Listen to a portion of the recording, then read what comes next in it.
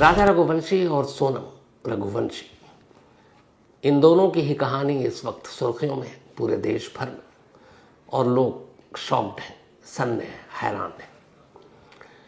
लेकिन अब जो नया खुलासा सामने आया है वो और भी हैरान कर रहा है। शुरुआत में कहानी में पहले मैंने आपको बताया था कि जब पर्ची के जरिए राजा और सोनम के घर वालों ने रघुवंशी समाज में अपनी एंट्री कराई थी, उसके बाद दोनों के घर वाले मिले तो उस एंट्री में डेट ऑफ बर्थ के साथ साथ सारे जो गुण दोष वो सारी चीज़ें थी, और उसमें ये भी लिखा था कि सोनम मांगलिक है, उसके ऊपर मंगल दोष है। सेम राजा रघुवंशी के परिवार वालों ने रघुवंशी कॉलोनी में जहाँ पर्ची डाली थी शादी के लिए, उसमें भी राजा के सारे बायोडेटा के साथ साथ उसके इस मंगल दोष का जिक्र था। तो कुल मिलाकर ये था कि राजा रघुवंशी और सोनम रघुवंशी दोनों मांगलिक थे। अब मांगलिक के बारे में जहाँ तक मेरी जानकारी है, जो हमारे ऑफिस में भी बाकी लोगों से मैंने बात की, उसमें ये होता है कि मंगल दोष जिसके ऊपर होता है वो भारी होता है, और अमूमन जो मांगलिक लोग होते हैं उनके बारे में यही होता है कि एक मांगलिक की शादी दूसरे मांगलिक से कर दो तो दोष कम हो जाता है और दोनों के बीच में ज़िंदगी आसान हो जाती है, ज़िंदगी गुजारना, और उसके ऊपर आयु पर भी असर पड़ता है, उम्र भी लंबी होती है, कोई दोष नहीं आता। लेकिन अगर एक मांगलिक लड़का या लड़की की शादी किसी नॉन मांगलिक से कर दो तो बहुत सारी इसको लेकर र्यूमर अफवाहें हैं, और ये कहा जाता है कि इससे नुकसान होता है, घर में कलेश होता है, झगड़ा होता है। यहाँ तक कि लड़का और लड़की जो एक मांगलिक और एक नॉन मांगलिक है, उनकी उम्र आयु पर भी असर पड़ सकता है। बहुत सारी फिल्मों में भी ये चीज़ें दिखाई गई हैं। तो अब यहाँ कहानी ये है कि सोनम भी मांगलिक और राजा रघुवंशी भी मांगलिक। सारी कुंडली देखी, सोनम के परिवार के जो ज्योतिषी जी थे, इनके पांडे साहब, उन्होंने, और जो राजा रघुवंशी के अपनी पंडित थे उन्होंने देखा। तो जब दोनों कुंडली मिलाई गई तो ये है कि दोनों मांगलिक हैं, तो फिर इसमें कोई दोष का इशू आता नहीं है, दोष हल्का हो जाएगा, तो इन दोनों की शादी कर सकते हैं। वरना एक मांगलिक और नॉन मांगलिक की शादी करने में बड़ी सारी दुश्वारियाँ होती हैं। तो इसीलिए दोनों परिवार राजी हो गए कि ये शादी हो जानी चाहिए। अब इसके बाद तारीख वारीख तय हुई। जब ये सारी चीज़ें हो रही थी तो सोनम को भी ये बात पता था कि वो मांगलिक है। जो पहले खबर आ रही थी कि वो अपने पिता से डर कर खामोश थी कि वो रात कुशवाहा से प्यार करती है और वो नहीं बता पा रही है, वो आधा सच था आधा झूठ था। बताना तो चाह रही थी लेकिन पिता को नहीं, पर उसने माँ को अपनी ज़रूर बताया था। सोनम की माँ सोनम और राज के अफेयर के बारे में, दोस्ती के बारे में जानते थे।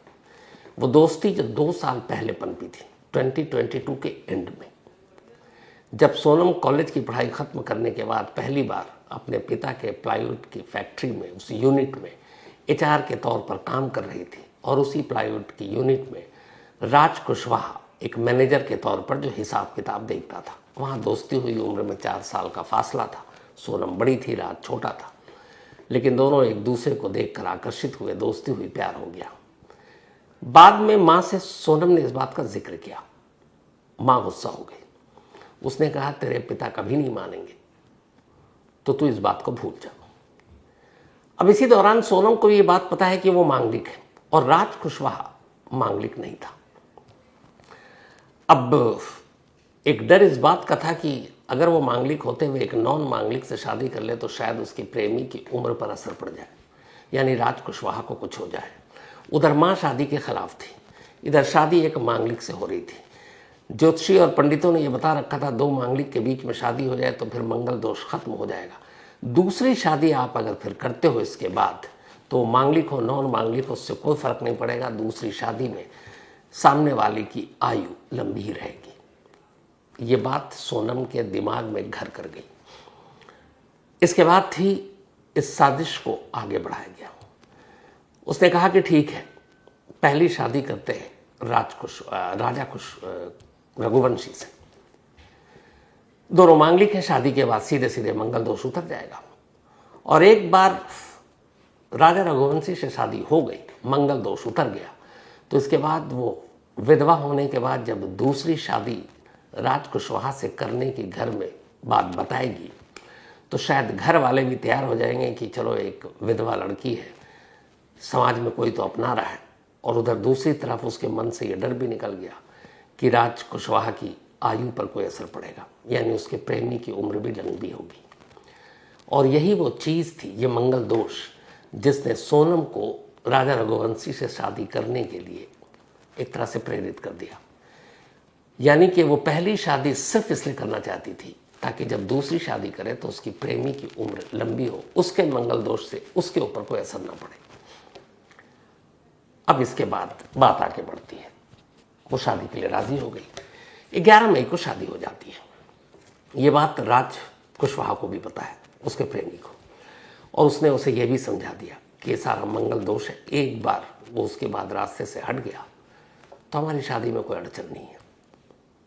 राज कुशवाहा भी तैयार था कि पहली शादी के बाद दूसरी शादी तुमसे ही होगी। अब 11 मई को शादी होती है। 11, 12 और 13 3 दिन, शादी के दिन हटा दीजिए तो 2 दिन, सोनम अपने ससुराल में रहती है, यानी राजा रघुवंशी के घर में सिर्फ 3 दिन।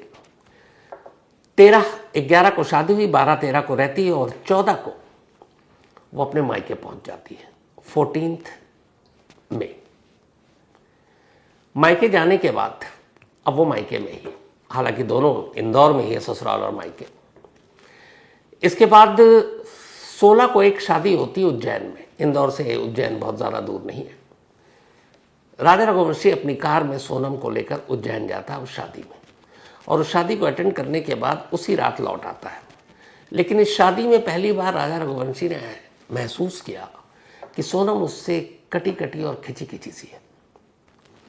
उसने 12 और 13 को भी ये बात महसूस की, लेकिन तब वो दुल्हन के तौर पर ससुराल आई थी तो बहुत सारे ऐसे होते हैं कि शर्माना और ये सारी चीज़ें। हालांकि उसने अपनी माँ से इस बात का जिक्र भी किया, पर माँ ने कहा बेटा अभी ससुराल आई है, एडजस्ट होने में टाइम लगेगा। राजा रघुवंशी को भी ये बात लगा कि ठीक है। लेकिन जब वो शादी में गया तो दोनों अकेले थे, हस्बैंड वाइफ, और शादी के बाद ये पहला मौका था जब राजा रघुवंशी और सोनम एक साथ इंदौर से उज्जैन कार में जा रहे थे और दोनों अकेले थे और वहाँ उस शादी में रहे। लेकिन वहाँ पे भी पूरे जाने आने और शादी में रहने के दौरान सोनम राजा रघुवंशी से कटी हुई थी, और ये बात पहली बार अब राजा रघुवंशी को बड़ी बुरी लगी। सिर्फ यही नहीं, उसने देखा कि शादी के दौरान भी और रास्ते में भी वो लगातार मोबाइल पर है, मैसेज कर रही है, शादी में किसी से बात कर रही है। वो जाती तो फिर फ़ोन रख देती, तो उसे कुछ समझ में नहीं आया। शादी के बाद वो वापस आया। शादी के बाद वापस सोनम को उसके घर छोड़ा मायके, और राजा रघुवंशी अपने घर आया। उसने अपनी माँ को फिर ये बात बताई। माँ ने कहा कोई बात नहीं, धीरे धीरे वक्त लगता है एक दूसरे को समझने में। राजा रघुवंशी को लगा ठीक है।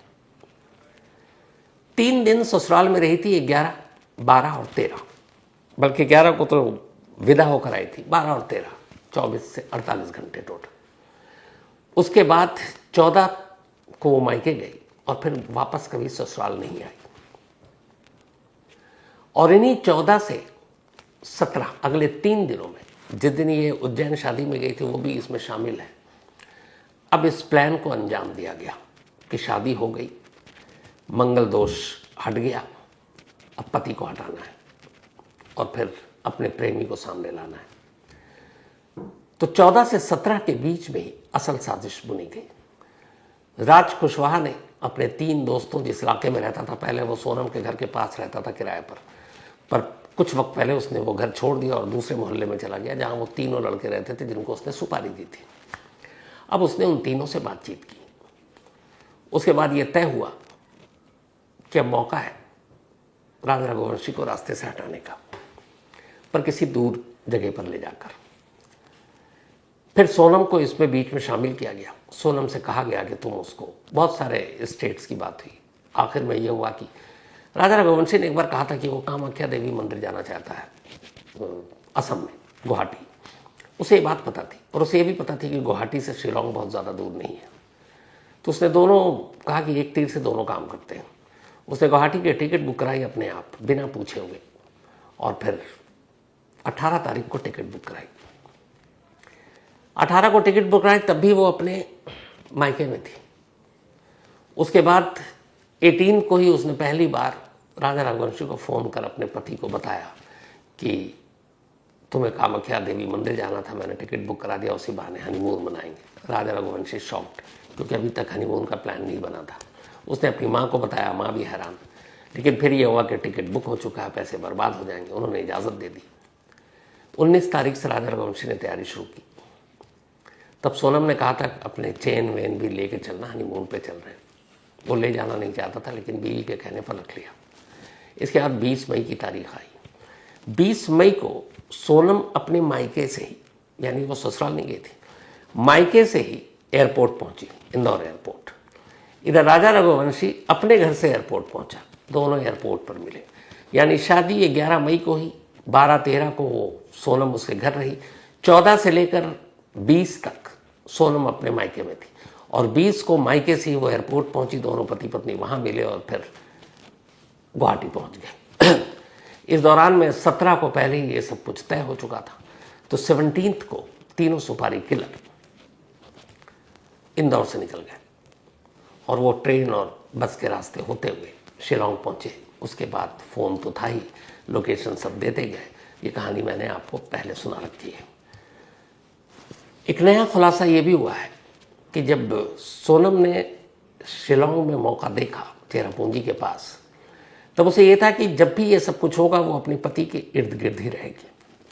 और इत्तेफाक से वो लगातार लोकेशन दे रही थी। और जो पुलिस इंट्रोगेशन में जो ये सुपारी किलर पकड़े गए हैं 4, इंदौर पुलिस के जो हमारे सोर्स हैं उनका ये कहना था कि जब मौका मिला 23 मई की दोपहर को मारने का, तब सोनम और वो तीनों सुपारी किलर और राजा रघुवंशी बिल्कुल आसपास थे।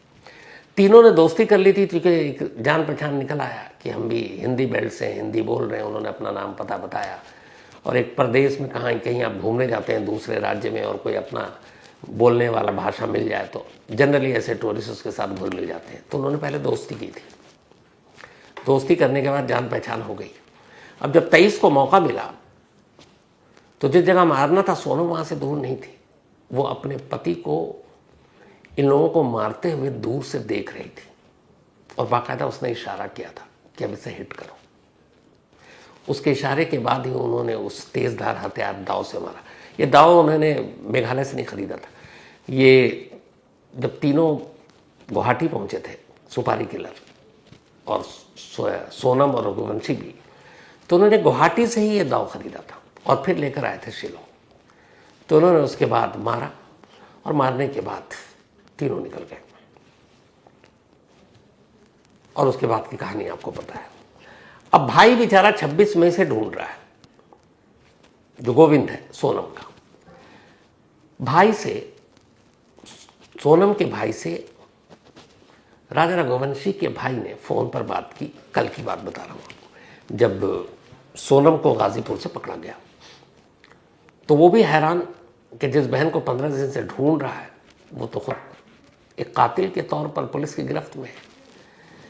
इस खुलासे के बाद से राजा रघुवंशी और सोनम के घर वालों के बीच कोई बातचीत नहीं हुई है, न सोनम के माँ न पिता। और एक भाई है वो जो बेचारा 15 दिन से भटक रहा है अपनी बीवी बच्चों को घर में छोड़कर, और इधर से भी किसी ने बात नहीं की। लेकिन उस भाई ने सोनम के राजा रघुवंशी के भाई को फ़ोन किया और उसने कहा कि भैया मैं तो इसे ढूंढ रहा था, अब यहाँ आया हूँ और जिस तरीके से मैं पुलिस से भी मिला। पुलिस ने सोनम के भाई को ब्रीफ किया।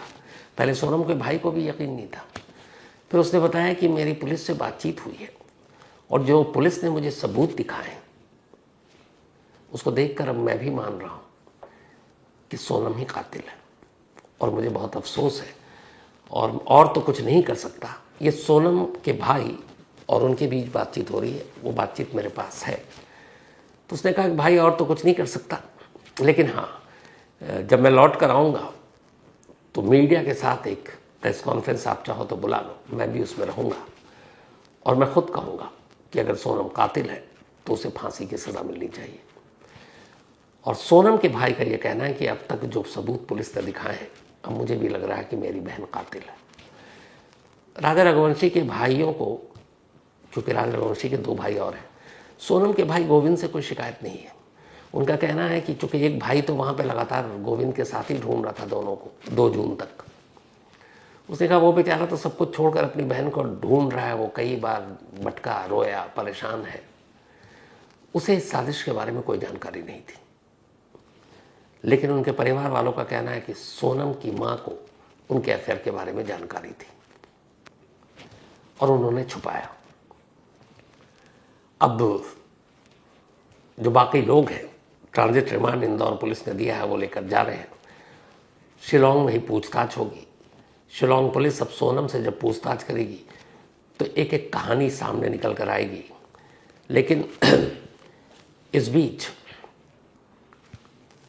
जो इंदौर की पुलिस है, उसका कहना है कि जिन 4 लोगों को पकड़ा उन्होंने, सुपारी किलर समेत राज रघुवंशी को, उन तीनों ने, मतलब कायदे से ये केस है मेघालय का, लेकिन उन तीनों ने ओपनली इंदौर पुलिस के सामने कहा कि साहब मैं अपना जुर्म कबूल करता हूँ, मुझे कहा गया, मुझे हायर तो किया गया, जो पहली डील हुई थी वो राज रघुवंशी ने की, सोनम के प्रेमी ने, लेकिन चूंकि वो यहाँ इंदौर में था और सोनम शिलोंग में थी, तो मतलब मौका वारदात पर जो भी इंस्ट्रक्शन आ रहा था लोकेशन समेत इशारे के तहत, वो सोनम दे रही थी, राज कुशवाहा नहीं दे रहा था।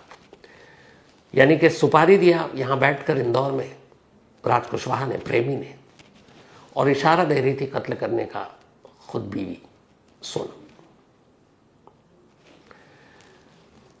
सोनम अब मेघालय लगभग पहुंच गई है, पूछताछ शुरू हो गई है, और अभी तक की जो जानकारी है कि इसमें जो अक्यूज हैं कुल 5 ही हैं, राज कुशवाहा और सोनम मेन, बाकी 3 वो सुपारी किलर जिनको पैसे दिए गए थे। बाकी की जो केस है उसकी छानबीन चल रही है, लेकिन ये जो अभी खुलासा सामने आया कि मंगल दोष को दूर करने के लिए ही अपनी रजामंदी दे दी थी सोनम ने पहली शादी करने के लिए, ताकि प्रेमी की उम्र को लंबी कर सके। अब अंजाम यह है कि पति बेचारा दुनिया में रहा नहीं, सोनम उम्र कैद से कम तो सज़ा होगी नहीं, क्योंकि मुझे नहीं लगता कि इसमें फांसी की सज़ा देगी अदालत वहाँ की, तो उम्र कैद, और उम्र भी मुझे लगता है पूरी उम्र कैद। जो प्रेमी था जिसकी उम्र उसको लंबी करनी थी अपने मंगल दोष मांगलिक के साथ शादी करने के बाद प्रेमी की उम्र के लिए, अब उस प्रेमी की उम्र भी लंबी तो नहीं पर ताउम्र कैद में बीतेगी। तो कुल मिलाकर हासिल कुछ नहीं हुआ। हाँ, अंजाम यह हुआ कि एक हंसता खेलता परिवार, एक परिवार का लड़का, वो बेचारा वक्त से पहले मर गया, सिर्फ शादी के 12 दिन के अंदर। अफसोसनाक है। तो फिलहाल कहानी में इतना ही। बीते 1 हफ्ते से मैं कई कहानियां आपको सोनम रघुवंशी और राजा रघुवंशी की सुना चुका। हर कहानी के आखिर में मैंने हमेशा यही कहा, आप लोगों ने सुना होगा, कि ऊपर वाले से दुआ करता हूं कि राजा की मौत की खबर आने के बाद कम से कम सोनम जिंदा हो, सुरक्षित घर लौट आए। मैं ही क्या, बहुत सारे लोग इस देश में दुआ मांग रहे थे। सिर्फ कहानी नहीं, बल्कि मैं वैसे भी अगर प्रे करता था तो मैं डेली, इधर मेरी रूटीन थी कि मैं सोनम के लिए दुआ मांग रहा था, और ये आपसे दिल से कह रहा हूँ। घर में डेली मेरी वाइफ भी पूछती थी कि वो कहाँ है, लौट आएगी, ठीक होगी, और मैं डेली यही सोचता था कि बस वो लौट आए। सोनम के घर वाले और राजा रघुवंशी के घर वाले तक यही कह रहे थे कि एक बच्चा तो रहा नहीं, कम से कम बच्ची लौट आए। ये प्रार्थनाओं दुआओं का दौर जारी था। कल रात सोनम सुरक्षित और जिंदा लौट आई, लेकिन भरोसा मर गया।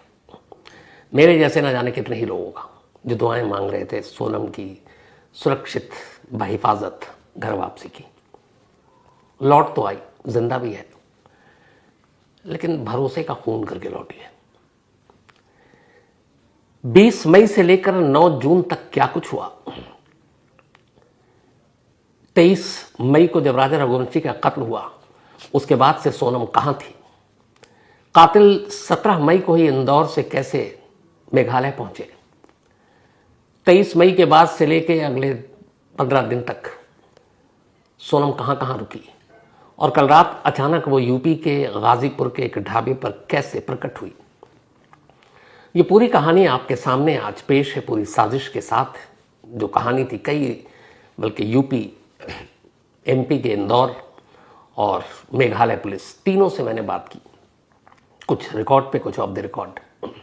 और उन्हीं बातचीत के आधार पर यह पूरी कहानी आपके सामने पेश है। लेकिन कहानी शुरू करो उससे पहले मैं पूरी मेघालय पुलिस से, मेघालय के आम लोगों से दिल से माफ़ी मांगता हूँ, क्योंकि पिछले 1 हफ्ते 10 दिन में, चाहे वो सोनम के घर वाले हों या राजा के घर वाले हों, बहुत सारी शिकायतें थी मेघालय पुलिस से। फिर मेघालय के कानून, मेघालय के क्राइम, मेघालय के लोकल गैंग्स, टूरिस्टों को लेकर कैसे सुरक्षित नहीं है, हम सब ने बहुत कुछ बोला। और ये सारी चीज़ें गलत निकली, क्योंकि इसमें मेघालय के किसी क्रिमिनल, मेघालय के किसी गैंग या मेघालय से लगते हुए इंटरनेशनल बॉर्डर जो बांग्लादेश से लगता है, उनमें से किसी का रोल नहीं था। और खामखा सोनम और उसके एक साथी की इस साजिश की वजह से एक पूरा स्टेट, वहाँ के लोग, वहाँ की पुलिस बदनाम हुई। तो मैं दिल से इसके लिए माफ़ी मांगता हूँ कि मेघालय की इस इमेज, छवि को हम लोगों ने जो पिछले कुछ दिनों में ख़राब किया था। 9 जून की रात थी, करीब रात के 2 बजे थे। वाराणसी और गाजीपुर जो नेशनल हाईवे है, उसके करीब एक ढाबा है। उस ढाबे का नाम है काशी चाय जायका। चूंकि हाईवे पर यह ढाबा है, हाईवे के ढाबे अमूमन 24 घंटे खुले रहते हैं। रात 2 बजे के करीब एक लड़की इस ढाबे पर पहुंचती है और उसकी हालत ठीक नहीं थी, आंसू थे आंखों में, और उसको देखकर लग रहा था कि पता नहीं वो होश हवास में है कि नहीं। ढाबे पे उसका मालिक बैठा हुआ था, वो उसके पास जाती है, साहिल यादव ओनर, और उससे रोक कर कहती है कि मुझे एक अर्जेंट कॉल करना, क्या आप अपना मुझे मोबाइल देंगे। साहिल अपना फ़ोन दे देता है। वो फ़ोन करती है अपने भाई गोविंद को। गोविंद से वो बताती है कि मैं इस वक्त सुरक्षित हूँ, जिंदा हूँ और यहाँ गाजीपुर में हूँ। इसके बाद वो फ़ोन दोबारा साहिल को दे देती है। सोनम से बातचीत करने के बाद सोनम का भाई गोविंद अब साहिल के नंबर पर कॉल करता है और उससे पता पूछता है। वो बताता है गाजीपुर का क्या एड्रेस है। फिर सोनम का भाई कहता है कि आप इन्हें अपने पास ही रखिए, मैं अभी पुलिस को फ़ोन कर रहा हूँ, और पुलिस पहुँच जाएगी। रात करीब 2:30 बजे गाजीपुर पुलिस इस ढाबे पर पहुँचती है। सोनम का नाम पूछती है, सोनम बताती है। पुलिस को भी सोनम रघुवंशी की खबर मालूम थी, क्योंकि पिछले कई दिनों से मीडिया में चल रहा था। उसके बाद पुलिस सोनम को अपने साथ ले जाती है अस्पताल में, पहले उसका इलाज कराती है, फिर वो फिट होती है। तब उसे वहीं एक उनका अपना एक पुलिस वालों की एक जगह थी जहाँ सिर्फ महिलाओं को इस तरह के रखे जाते हैं, वहाँ ले गए।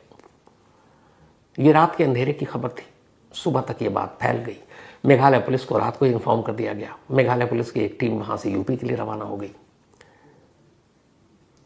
अब मेघालय पुलिस की टीम पहुंची इससे पहले, या फिर जो सोनम है ये गाजीपुर पे मिली, उससे भी कुछ पहले कुछ और चीज़ें हुई, और उन्हीं चीज़ों ने अचानक 15 दिन से गायब या गुमशुदा सोनम को गाजीपुर के एक ढाबे तक पहुंचा दिया था।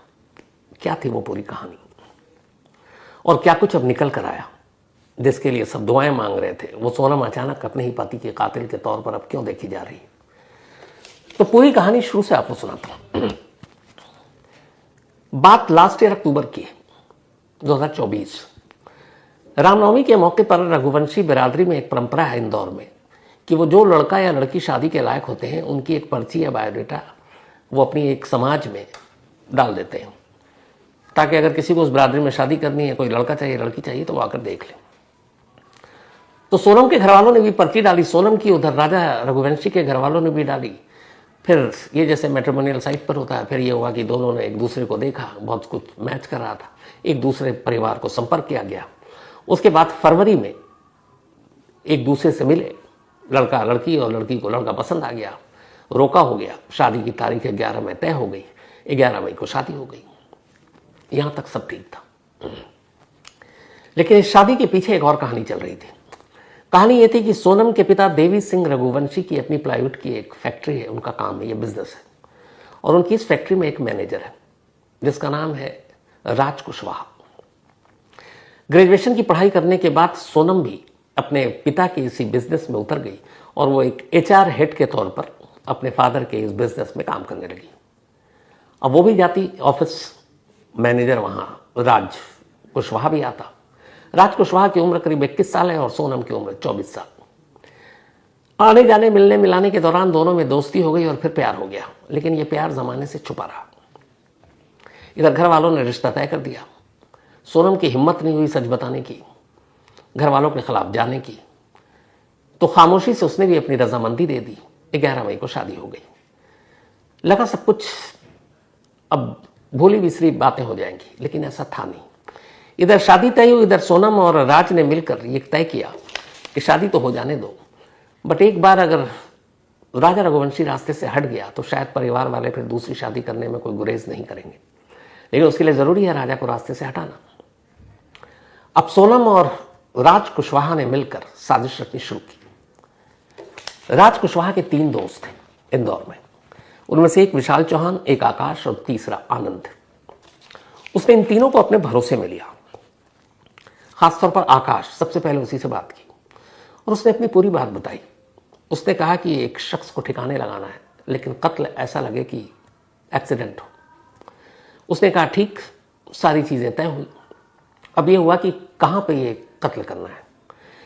इधर खुद अपने सोनम के ज्योतिषी जी ने घर वालों को यह समझा दिया था कि विदाई की तारीख क्या होगी, हनीमून मनाने तब तक नहीं जा सकते। उन्होंने जून की तारीख रखी। यहां सोनम बहुत दिनों तक अपने ससुराल में रहना नहीं चाहती थी, क्योंकि उससे प्यार किसी और से था। घर वाले भी नहीं चाहते थे राजा के कि वो इतनी जल्दी हनीमून पर जाए, क्योंकि पहलगाम के बाद हालात ठीक नहीं थे। तो उन्होंने कहा थोड़ा रुक जाओ। अब सोनम की साजिश ये थी कि उसे जल्द से जल्द जाना था, और ऐसी जगह जहां पर दूर हो उसके शहर से, और वहां से किसी के मरने की खबर भी बहुत देर से आए। तो उसने मेघालय को चुना। चेरापूंजी और ये सारी, चूंकि पढ़ी लिखी थी, उसने काफी कुछ स्टडी की। ये भी पता चला वहां खाइयां हैं, सब कुछ है। लेकिन राजा जाने को तैयार नहीं था। तो फिर राज और सोनम ने एक नई साजिश रची। उसने कहा तुम एक काम करो, तुम राजा से ये चाहकर कहो कि तुम हनीमून के लिए एक सरप्राइज गिफ्ट दे रही हो, फ्लाइट के टिकट तुम कराओ। सोनम ने अपने पैसे से फ्लाइट के टिकट बुक कराई, बिना राजा रघुवंशी को बताए हुए। और 18 मई को उसने राजा को बताया कि हम हनीमून मनाने के लिए मेघालय जाएंगे वाया असम। बीच में उसने कामाख्या देवी मंदिर में डाल दिया। घर वाले राजी थे नहीं। अब अचानक जब उसे पता चला तो राजा ने अपनी मां को बताया। मां ने कहा बेटा अभी मत जाओ। उसने कहा लेकिन सोनम ने तो टिकट बुक करा दी है, अब जब टिकट बुक हो गई तो नुकसान होगा। तो अधूरे मन से माँ बाप ने इजाजत दे दी। कहा अच्छा जाओ। कितने दिन के लिए जाओगे? उसने कहा शायद 5-7 दिन। सोनम ने रिटर्न टिकट नहीं कराया था। उसने कहा कि वहां जाएंगे, घूमेंगे, पता नहीं और कहां कहां जा सकते हैं, तो वापसी की टिकट बाद में कराएंगे। और इसके बाद ये लोग 20 मई को इंदौर से निकलते हैं, वहां से गुवाहाटी वाया बैंगलोर, और फिर 21 मई को पहुंच जाते हैं मेघालय। ये तो एक कहानी थी। दूसरी कहानी ये थी कि 11 मई को जैसे ही शादी हो गई, उसका प्लान बन गया कि अब मेघालय ही जाना है। तो फिर राज कुशवाहा का अब रोल शुरू होता है। वो अपने 3 दोस्तों विशाल, आकाश और आनंद को सुपारी देता है। उनको 50,000 रुपये और एक मोबाइल फोन देता है और कहता है सिर्फ यही मोबाइल तुम यूज करोगे जाकर मेघालय में, न अपने नंबर से करोगे न किसी और नंबर से। और 17 मई यानी कि सोनम और राजा के जाने से 3 दिन पहले इंदौर से इन तीनों सुपारी किलर को उसने सड़क और ट्रेन के रास्ते मेघालय पहुंचने को कहा। 50,000 रुपए और एक मोबाइल फोन लेकर तीनों सुपारी किलर इंदौर से 17 मई को निकल पड़ते हैं, और वो ट्रेन और बस से होते हुए 19 मई को मेघालय पहुंचते हैं। इधर 20 मई को सोनम निकलती है और राजा, 21 मई को ये लोग मेघालय पहुंच जाते हैं। जो नंबर राज कुशवाहा ने दिया था वो नंबर सोनम के पास भी था, क्योंकि साजिश में शामिल थी, मेन कॉन्स्पिरेटर में वो भी थी। अब वहां जाने के बाद वो उन तीनों के कांटेक्ट में है, उसी मोबाइल नंबर से। जहां जहां ये लोग रुकते वो लोकेशन सोनम उनको पास ऑन कर देती, और वो उसके आसपास ही होते हर जगह। सिर्फ एक मौके की तलाश थी। वहां जाकर उन्होंने एक नया दाव, जो वहां पेड़ काटने के लिए लोकल इस्तेमाल करते हैं, तो उन्होंने लोकल हथियार भी जानबूझकर खरीदा ताकि शक भी हो तो किसी लोकल गैंग या क्रिमिनल पर हो। तो उन्होंने वो खरीदा नया, और अब लगातार पीछे है। 22 मई को राजा को ट्रैकिंग पे जाना था।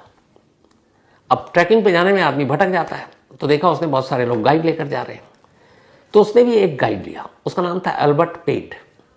एल्बर्ट पेट के साथ वो गया। उसके बाद काफी चढ़ाई, फिर नीचे उतरना पहाड़ी पे।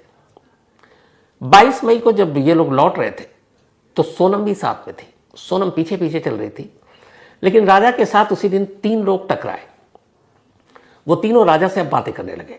अल्बर्ट उनके साथ था, लेकिन वो थोड़ा आगे चल रहा था, और वो जो तीनों बात कर रहे थे राजा से, वो समझ नहीं आ रहा था, क्योंकि वो तीनों हिंदी में बात कर रहे थे और अल्बर्ट को हिंदी नहीं आती थी। वो या तो इंग्लिश बोल रहा था या फिर जो मेघालय की अपनी लोकल लैंग्वेज है। तो गाइड था तो उसको फ्लुएंटली इंग्लिश अच्छी आती थी, हिंदी नहीं समझता था वो। तो उसने ये सुना कि ये तीनों बात कर रहे हैं, पर वो समझ नहीं पाया कि क्या बात कर रहे हैं। और उसने देखा कि जब ये तीनों बात कर रहे हैं राजा से, तो सोनम काफी पीछे चल रही, शायद चढ़ाई की वजह से वो थकी हुई थी। और उसके बाद 22 मई को ये बात आई गई हो गई। 23 मई को अचानक चेरापूंजी में उसी खासी हिल्स के करीब सुनसान जगह पर मौका मिलता है, जहां लोकल टूरिस्ट या गाइड भी या गाड़ियां भी कम चलती हैं। वहां पहुंचने के बाद इन तीनों ने मौका देखा। सोनम भी साथ थी, लेकिन थोड़ी दूरी पर थी। उसने लोकेशन चूंकि बार बार वो शेयर कर रही थी, वो तीनों आसपास ही चल रहे थे। एक जगह पहुंचे, 22 मई को ऑलरेडी मुलाकात हो चुकी थी, तो अब अनजान थे नहीं। तो राजा भी उनसे बहुत प्यार से मिला। उसके बाद अचानक उन्होंने मौका देखा, वही दाव निकाला। पहला वार सर के पीछे किया, तेजधार हथियार, उसी से आधा काम हो गया। दूसरा उन्होंने आगे से किया, सर के आगे की तरफ मारा। उन्हें यकीन हो गया कि अब बचने की गुंजाइश नहीं है। फिर उसे वहीं खाई में नीचे फेंक दिया। खाई बहुत गहरी थी। कत्ल करने के बाद ये तीनों सुपारी किलर 23 मई को ही मेघालय छोड़ देते हैं। सड़क के रास्ते और फिर ट्रेन होते हुए वो बिहार जाते हैं, फिर यूपी जाते हैं, फिर इंदौर पहुंचते हैं। इधर जो मेन कॉन्स्पिरेटर दो लोग हैं, सोनम और उसका बॉयफ्रेंड राज कुशवाहा। राज कुशवाहा और सोनम ने इस तरीके से प्लानिंग की थी कि कल को ये शक हो सकता है, उनकी दोस्ती आशिकी के चर्चे हो सकते हैं, हालांकि अभी तक छुपा कर रखा था। तो शक न हो इसलिए राज कुशवाहा को इस पूरे दौरान लगातार इंदौर में ही होना था। और इंदौर में न सिर्फ होना था, बल्कि उसके फादर की जो फैक्ट्री थी, प्लाईवुड का जो काम था, वहां उसको जाना भी था। हर दिन वो जा रहा था। जब 23 मई के बाद कांटेक्ट टूट गया, मोबाइल बंद हो गए दोनों के, 26 मई को जब राजा और सोनम के भाई निकलते हैं और हर तरफ अब इन दोनों की खबर है, तब भी राज कुशवाहा लगातार सोनम के परिवार के साथ था। तो उसकी तरफ किसी का शक तो गया नहीं। अब उसके और सोनम के रिश्ते क्या है, किसी को भनक नहीं थी। तो वो ढूंढता रहा। उधर वो लोग 23 को निकल गए। अब उनके निकलने के बाद ये भी प्लान का हिस्सा था कि उन तीनों के साथ सोनम कहीं नहीं दिखनी चाहिए। वो निकले। अब उसके बाद सोनम भी 23 को ही मेघालय छोड़ देती है। वो भी अब सड़क, और गई थी फ्लाइट से, लेकिन अब सड़क और ट्रेन के रास्ते होते हुए अलग अलग बिहार पहुंचती है। मोबाइल उसने अपना फेंक रखा था, स्विच ऑफ था, उसे पता था लोकेशन पता चल जाएगा। बिहार पहुंचने के बाद वो इधर उधर जो भी उस सुपारी किलर के जरिए शायद अब सामने आ जाएगा वो एग्जैक्ट लोकेशन कहाँ कहाँ था, वहाँ रहती है। इसके बाद वो यूपी का रुख करती है। लेकिन यूपी वो कल 8 जून की रात को यूपी में गाजीपुर पहली बार पहुंची, वो भी ट्रेन से। गाजीपुर रेलवे स्टेशन से उतर कर वो इस हाईवे के ढाबे तक पहुंचती है। अब सवाल यह कि 15 दिन तक अगर वो गायब थी, तो अचानक कल रात को ही वो ढाबे पे क्यों पहुंची? तो इसकी भी एक कहानी थी। जब 23 मई को मोबाइल स्विच ऑफ हो गया और दोनों गायब, 26 मई को दोनों परिवार के दोनों भाई पहुंचे। इसके बाद मेघालय पुलिस में कंप्लेंट हुई। मेघालय पुलिस अब सर्च कर रही है, लेकिन वो तलाश कर रहे हैं 2 गुमशुदा लोगों को अभी तक, क्योंकि उन्हें पता नहीं है कि क्या हुआ है। और ये तलाश 2 जून तक चलती है।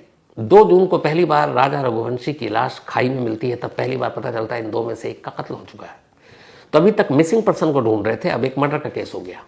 अब राजा के कत्ल के बाद हर एक की फिक्र सोनम को लेकर थी। इधर स्कूटी मिल गई, सोनम की व्हाइट शर्ट मिल गई, सोनम का एक जैकेट जो रेनकोट था वो भी मिला जिसमें खून लगा हुआ था। तो अब हर एक के दिल की धड़कनें बढ़ी हुई थी कि कहीं जो राजा के साथ हुआ वो सोनम के साथ तो नहीं होगा।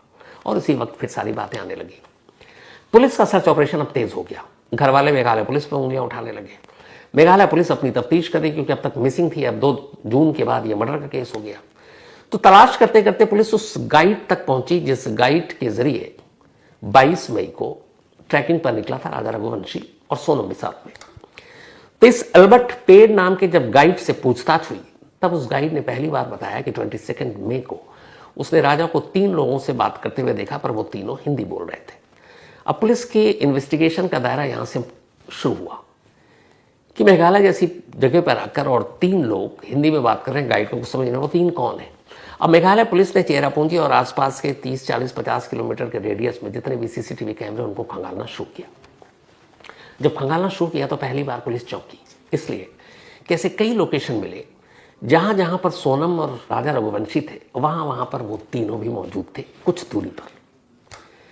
पुलिस को लगा कि एक जगह पे किसी टूरिस्ट प्लेस पे एक इत्तेफाक हो सकता है, ट्रैकिंग पे एक इत्तेफाक हो सकता है, किसी रेस्टोरेंट में इत्तेफाक हो सकता है, लेकिन 21, 22 और 23 तीनों दिन अलग अलग सीसीटीवी कैमरे में इन तीनों का भी उन्हीं उन्हीं जगहों पर पाया जाना इत्तेफाक नहीं हो सकता। अब पुलिस ने कॉल डिटेल रिकॉर्ड को खंगालना शुरू किया, उन लोकेशन का कौन कौन से मोबाइल एक्टिव थे। सोनम और राजा रघुवंशी के मोबाइल नंबर पहले से ही मेघालय पुलिस के पास थे, क्योंकि जब मिसिंग कंप्लेंट दर्ज हुई थी दोनों के नंबर थे, मोबाइल स्विच ऑफ था, तब उन लोकेशन को देखा जा रहा था। सोनम का मोबाइल अब भी बंद था क्योंकि वो बंद ही किया था उसने, बट कुछ और नंबर मिले और इत्तेफाक से 3 अननोन नंबर उन लोगों के थे, लेकिन वो अलग थे। एक नंबर जो अलग से राजा ने दिया था जाते वक्त, वो कई जगह पे ऑन थे और इत्तेफाक से उन नंबरों को और उस लोकेशन को टावर के हिसाब से देखते देखते अब पुलिस ने उस नंबर को खंगाला तो पता चला कि ये इंदौर का नंबर है। अब पहली बार मेघालय पुलिस को एक क्लू मिलता है इंदौर का। उस नंबर के जरिए अब उस सिम वाले के जो ओनर है उनका पता करने की कोशिश की जाती है। फिर लोगों ने कुछ अपने लोकल जो थे बाकी, उन्होंने भी नंबर कुछ यूज किए थे यूपी और इंदौर में, उन नंबरों को भी देखा गया। तार अब इंदौर से जुड़ रहे हैं। मेघालय पुलिस ने इंदौर पुलिस को कांटेक्ट किया, उन्हें यह नंबर दिया और बोला आप पता कीजिए। अब इंदौर पुलिस ने इंदौर के भी उस नंबर के लोकेशन को ढूंढा, ट्रेस किया, जब वो 20, 21, 22, 23 को वहां था। इत्तेफाक से जो पहला मिला वो आकाश राजपूत का नंबर मिला। पुलिस आकाश राजपूत के नंबर को ट्रेस करते हुए उस तक पहुंचती है। जब उस तक पहुंची तो फिर विशाल चौहान का नंबर मिला, पुलिस वहां तक पहुंची। जब इन दोनों तक पहुंची तो तीसरा शख्स जो था इन दोनों के बाद जो पुलिस पहुंची इंदौर, वो था राज कुशवाहा। जब राज कुशवाहा तक पहुंची तो पुलिस तो फिर सारी परतें खुल गई, क्योंकि जैसे ही पता चला कि राज कुशवाहा तो सोनम के फादर के इस प्लाईवुड की कंपनी में मैनेजर है, तो फिर इन 3 लोगों का रहस्यमय फोन कॉल और उसका इन तीनों के साथ कनेक्शन, चौथा फिर आनंद था। मेघालय पुलिस को कहानी समझ में आने लगी।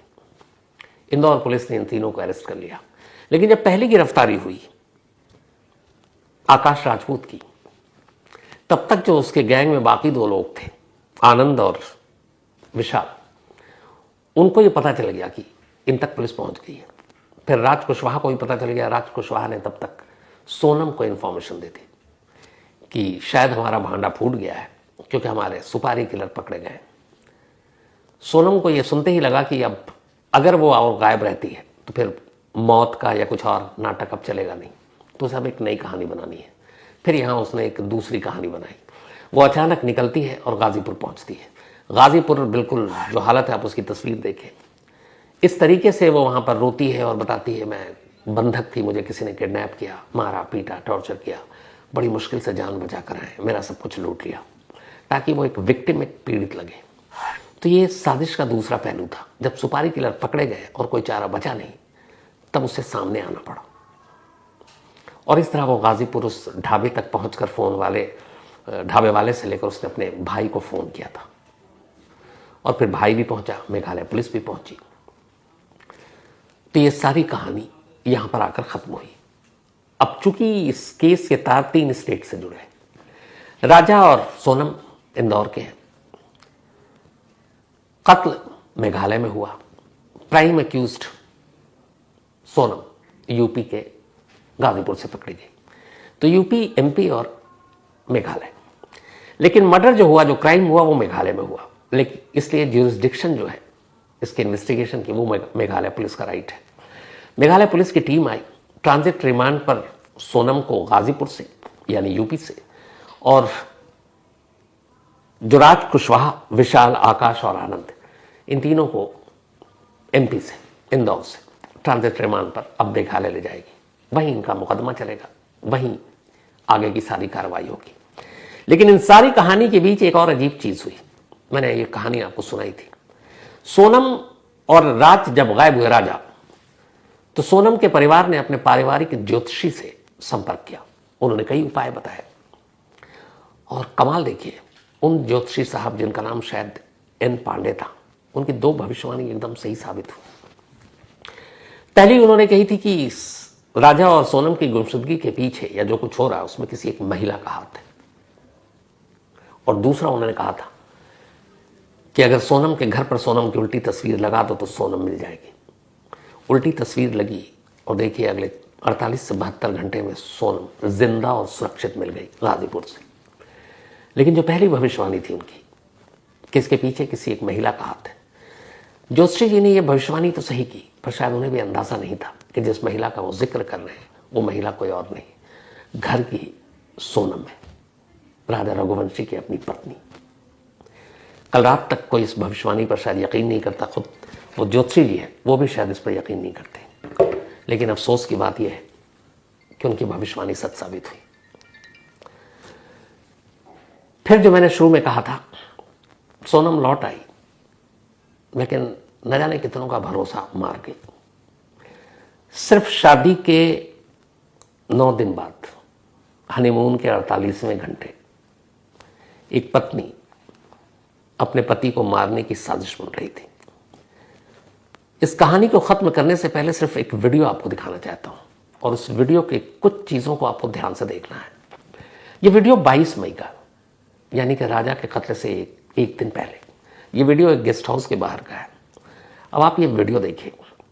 इस वीडियो में वही स्कूटी है जो स्कूटी लावारिस हालत में मिली, जो किराए पर लिया था राजा ने।